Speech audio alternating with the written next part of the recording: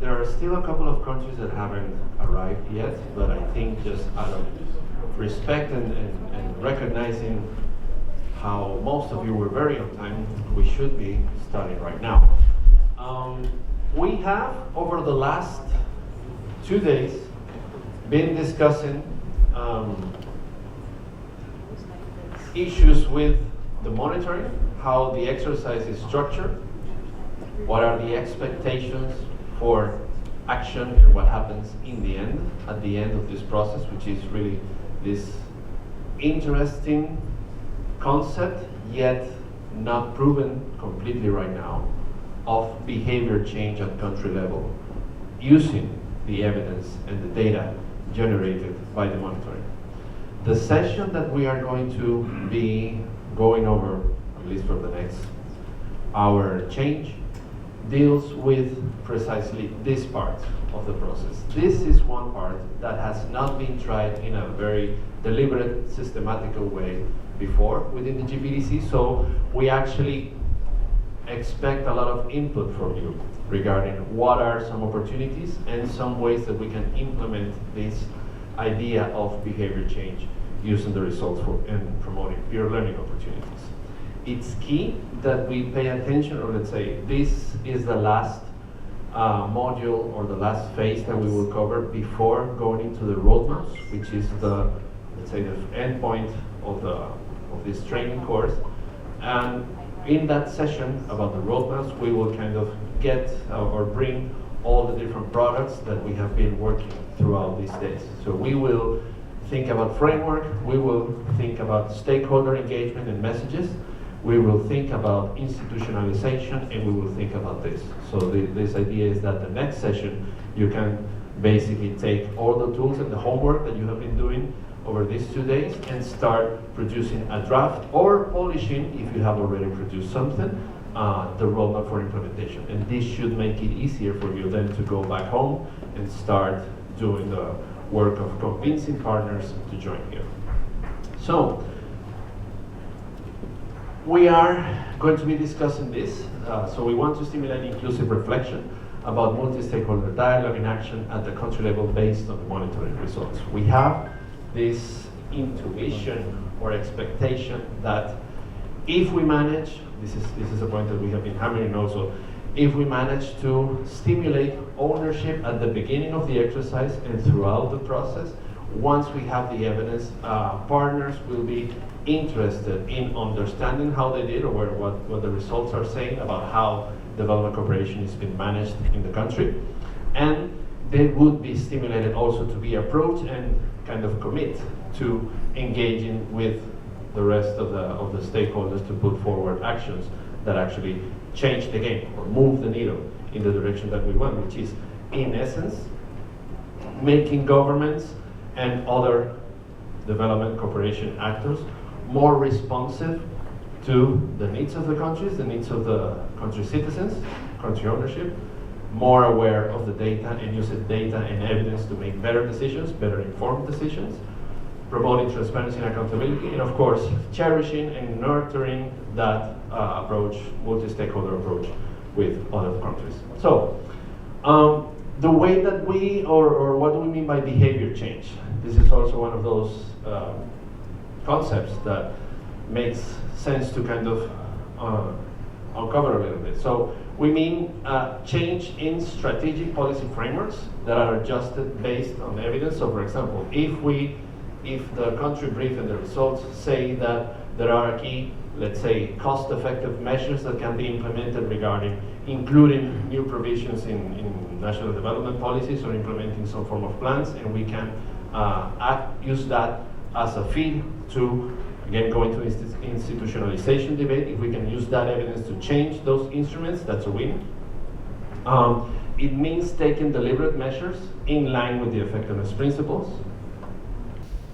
All right, so I was mentioning that for behavior change, what we mean, or the kind of change that we intend to achieve with you or support you in achieving in your countries, deals with adjusting strategic policy frameworks based on the data that the monitoring is producing, being able to take deliberate measures within the effectiveness, in line with the effectiveness principles. So really making sure that government policies and the way that cooperation is handled is more responsive to the country context, promotes accountability and transparency, that it's based on evidence, and that it encourages multi-stakeholder engagement. And for all of this, a good planning exercise is key, because you can think of planning as some form of navigation chart. We have convened on the term roadmap.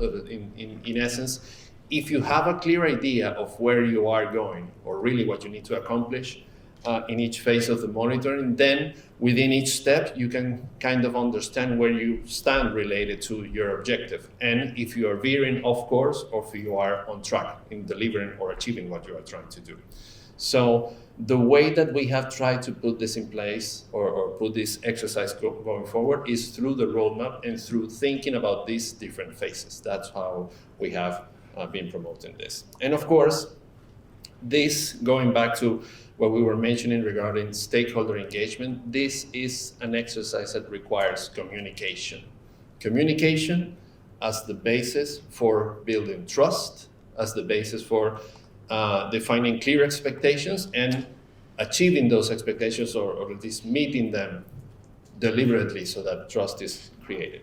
So how do we trigger phase 5? We trigger phase 5 by leveraging on existing country processes, coordination mechanisms, so these anchoring points that you have been identifying during these last few days. Proposing a plan for reflection that's based on the monitoring results, that starts the minute that the country receives perhaps the first draft of or let's say the rough draft of the results in Excel form, and preparing the ground once you receive the country results brief with a set of recommendations that we will touch upon very soon. Consulting, of course, with the lead ministry and other development stakeholders, so making them aware that the results are incoming, and potential action will be planned after this, or as a result of the conversation. Convening those stakeholders for joint reflection, dialogue, and action planning, and working with all relevant counterparts to convert the results of the reflection and dialogue process into a tangible action plan.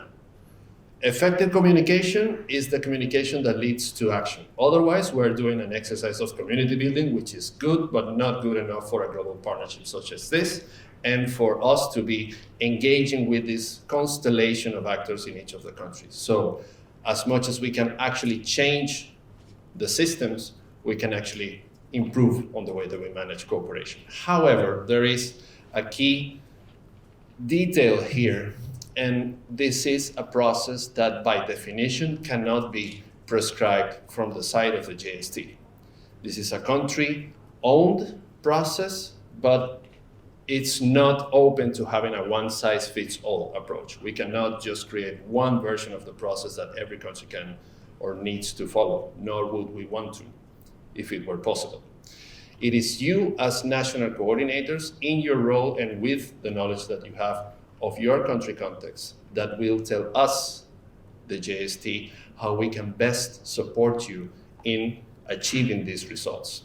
We will provide you with information, probably more information that you would like to receive, but we hope that we can walk with you in developing the best products that you need to fulfill this role. Some ideas or some guiding questions that might help this reflection process. So again, phase 5 is kind of subdivided as reflection, dialogue, and action, right? So reflection questions could be some of these. Once you receive the materials or the first draft of the materials, you can start addressing your stakeholders around these 4 questions. What are the results saying about the behavior or the action of governments, development partners, and other actors? What challenges or bottlenecks have the results identified? What should be improved and how? And what action is needed and by whom? Who is responsible for adding terminology or creating spaces within a national development policy? Who is responsible for making sure that aid resources are budgeted several years in advance? Who is responsible by each of the shortcomings, let's call it like that, or the results? And also, who is responsible for the good results that have been achieved? And what can we learn from that actor or from that stakeholders? Then we move into the dialogue process, which is where the rubber meets the road, so to speak. It's when, after having done the high-level kickoff meeting, you present information and you engage your stakeholders to start delivering on the expectations that were sent or set at the beginning of the exercise, right? And the figure or the brand that we are using for this, or the methodology, is the action dialogues. So it's not really just a way of convening countries and speaking, it's actually speaking to an action, speaking to results and speaking to actions. Some guiding questions or some key things of the action dialogue is that it's a change-oriented, multi-stakeholder exercise that leads to developing and implementing action plans based on the monitoring results. It aims, or the action dialogues aim to convene a diverse group of actors, ideally actors with a mandate related to the issues covered in the monitoring. So it's key that there's some, let's say, institutional space for action for this, and not, that way we can kind of prevent that the conversation perhaps doesn't lead to specific actions, because there are perhaps, let's say, not the right level of decision makers within the room, or institutions that don't have a clear mandate on that. Action dialogues and the use of discussions of results are actually the pinnacle of the monitoring exercise. It's the why. We do the monitoring, but we do the monitoring because we want to change. And this is how change is agreed upon by stakeholders. And of course, ownership of the results and follow-up on those actions are an intrinsic element that's at the core of the exercise. How are we envisioning action right now? So how we expect, or we hope that action-oriented outcomes can come out of this would be to build a shared understanding and agree on concrete steps to strengthen the effectiveness of cooperation and partnerships. So let's chew on this for a little bit. It's making sure that we are promoting country ownership, transparency, use of results, and multi-stakeholder inclusion. It's a vehicle to reflect on what collective actions are needed to do this, who needs to do what, by when, and how we can follow up on that. It's completely set around the country context and based on the monitoring results. It's a platform to generate political buy-in for joint actions. It helps you plan commitments to guide how stakeholders can better partner together and generate outcome documents that are intended to promote policy, system, and behavior changes as an integral part of the monitoring cycle. We have, happily, also several examples of action dialogues that have taken place in previous rounds, and we are bringing some of those here as we think it might be very useful for you to think and to start imagining how these processes could go in your country. So you are, as we mentioned, encouraged to work with key stakeholders, and this could take several shapes or several forms of doing this. Of course, depending on country context and whatever solutions are more effective for you. This could be a series of dialogue, both at strategic and technical levels. Depending on our agenda, sometimes it's easier for perhaps do the first kind of dialogue at a strategic level, like getting the heads of the different institutions or stakeholders in agreement with what's necessary, and then meeting the technical people to see how these solutions can be implemented. It's completely possible, and we can provide, of course, information to feed and to promote this way of working.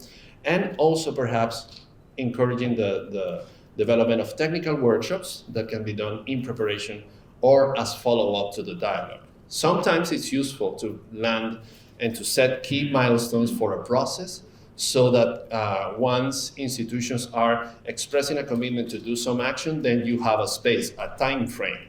Let's say we meet again in 4 months, or we meet again in 1 year. And by that year, or by those 4 months, some progress should be made. So establishing key milestones is very effective for getting change done. Axel is going to be delving deeper into this information that we will be providing you with, but just to say very quickly that, as has been mentioned a couple of times already, in this program we have and we maintain a GPEDC global dashboard where data from countries and the status of countries is updated in almost real time, and we have a series of documents and knowledge that has already been produced regarding action dialogues that have been held in the last couple of years. And we are working in an instrument right now, it's under active development.